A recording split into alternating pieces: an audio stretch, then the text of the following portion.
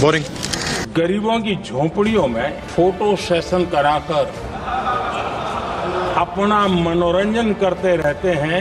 उन्हें संसद में गरीबों की बात बोरिंग ही लगेगी।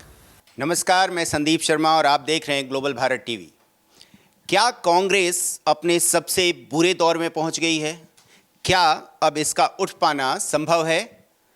ज़्यादा पहले से नहीं, अगर पिछले 10 सालों में देखें तो कांग्रेस अपने सबसे बुरे दौर में है। आपने सुना होगा कि पीएम मोदी ने बजट सत्र शुरू होने से पहले 31 जनवरी को ये कहा कि पहला ऐसा सत्र है जिसमें विदेशी ताकतों का कोई प्रभाव नहीं दिख रहा है। 10 साल से 14 से देख रहा हूं, हर सत्र के पहले शरारत करने के लिए लोग तैयार बैठते थे और यहां उसको हवा देने वालों की कोई कमी नहीं है। ये पहला सत्र मैं पिछले 10 साल के बाद देख रहा हूं कि जिसमें किसी भी विदेशी कोने से कोई चिंगारी नहीं हुई। बजट सत्र 31 जनवरी से शुरू हुआ और 13 फरवरी तक चलेगा। फिर इसका दूसरा चरण 10 मार्च से शुरू होकर 8 अप्रैल तक चलेगा।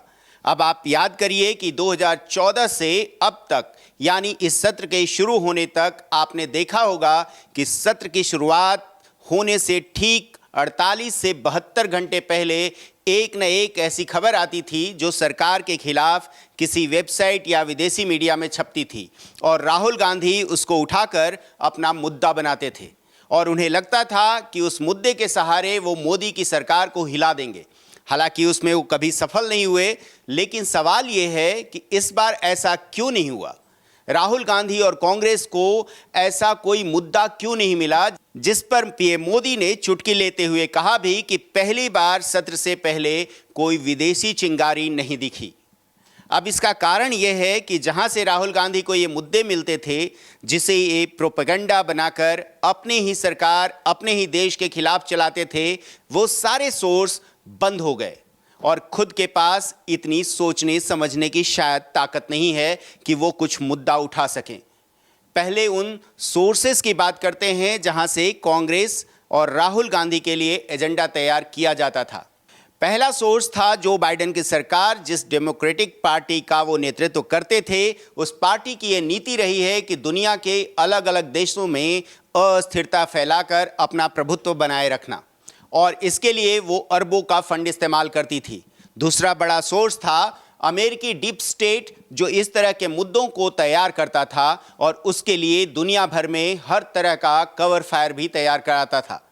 अमेरिकी डीप स्टेट कैसे काम करता था, इस पर एक वीडियो मैंने पहले बनाया है जिसका लिंक इस वीडियो में डिस्क्रिप्शन में आपको मिलेगा, चाहे तो आप देख सकते हैं। और तीसरा सोर्स था जॉर्ज सोरोस, जो खुद को सबसे बड़ा सुधारवादक बताते हुए दुनिया भर के देशों की आंतरिक नीतियों में अपना हस्तक्षेप चाहता था। कई देशों में उसने सत्ता परिवर्तन करवाया भी है। अरबों डॉलर वो इसी काम के लिए खर्च करता है। आप ये जानकर हैरान होंगे कि जॉर्ज सोरोस के दोस्तों में राहुल गांधी और इनके पथ प्रदर्शक और गुरु भी शामिल हैं। इसी जॉर्ज सोरोस के नेतृत्व में हिंडनबर्ग नाम की एक संस्था चल रही थी जिसने खुद ही अपने ऑफिस में ताला मार दिया।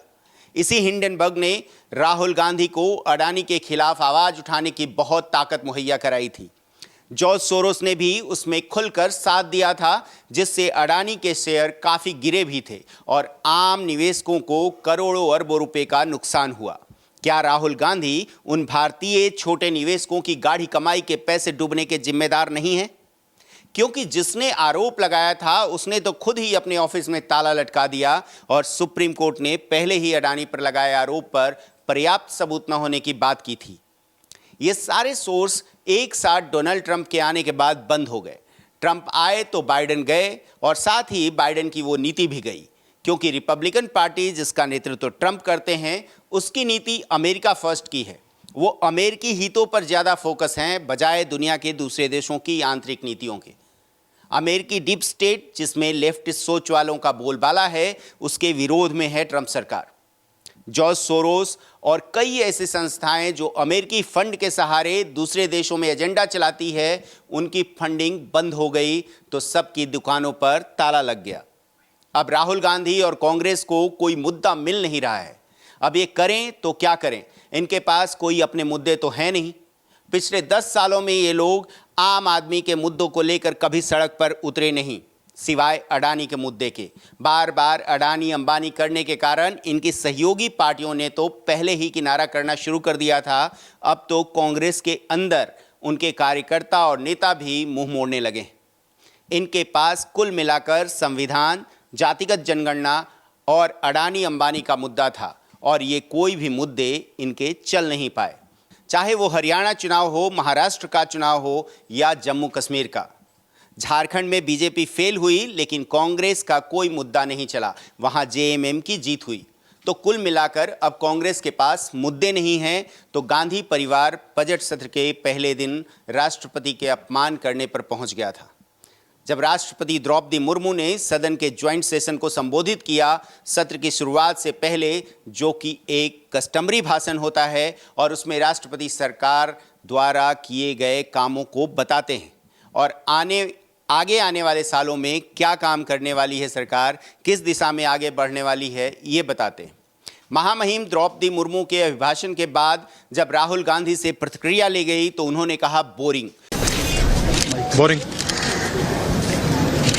No comment. गरीबों की झोपड़ियों में फोटो सेशन कराकर अपना मनोरंजन करते रहते हैं, उन्हें संसद में गरीबों की बात बोरिंग ही लगेगी। बस एक शब्द में उन्होंने राष्ट्रपति द्रौपदी मुर्मू को अपमानित करने की कोशिश की। राष्ट्रपति का भाषण क्या आपको एंटरटेन करने के लिए होता है कि मजा नहीं आया आपको? क्या संसद में आप मजा करने जाते हैं? एंटरटेन होना है तो सिनेमा हॉल में जाइए, थाईलैंड जाइए, जहां रिफ्रेश और एंटरटेन होने के लिए जाते रहने का आरोप आप पर लगता रहता है। आप देश के सर्वोच्च पद पर बैठे राष्ट्रपति का अपमान करते हैं और साथ में संविधान लिए घूमते फिरते हैं। उसी संविधान ने उस पद की गरिमा भी बताई है, तो आप राष्ट्रपति के साथ साथ संविधान का भी अपमान कर रहे हैं। दूसरी तरफ सोनिया गांधी से जब पूछा गया तो उन्होंने राष्ट्रपति के लिए कहा पुअर लेडी, मतलब बेचारी महिला। देश के सर्वोच्च पद पर बैठी आदिवासी महिला को बेचारी बताकर क्या कहना चाहते हैं? एक आदिवासी महिला का इस पद पर बैठना क्या कांग्रेस को पसंद नहीं आ रहा? कुछ ही दिन पहले राहुल गांधी ने बोला कि हमें स्वीकार करना चाहिए कि 90 के दशक में दलित, जनजाति और पिछड़े वर्ग के लोग कांग्रेस से दूर होते गए, और अगर यही सोच रही तो कैसे दलित और ट्राइबल लोग कांग्रेस के साथ आएंगे?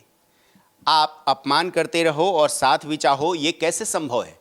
तो अभी जो स्थिति बन गई है कांग्रेस पार्टी की, वो अपने सबसे बुरे दौर में पहुंच चुकी है। इंडिया गठबंधन जो बनाया था उसका हाल तो सबको पता ही है। दिल्ली में केजरीवाल के सामने कांग्रेस खड़ी है, लेकिन इंडिया गठबंधन के बाकी सदस्य कांग्रेस के साथ नहीं बल्कि केजरीवाल के समर्थन में कैंपेन कर रहे थे।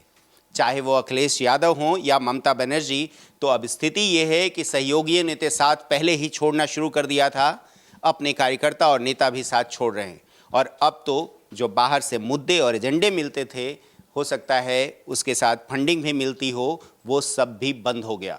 तो अब कांग्रेस का उठ पाना तभी संभव है जब कोई चमत्कार हो या फिर कांग्रेस गांधी परिवार से निकलकर बाहर आ जाए।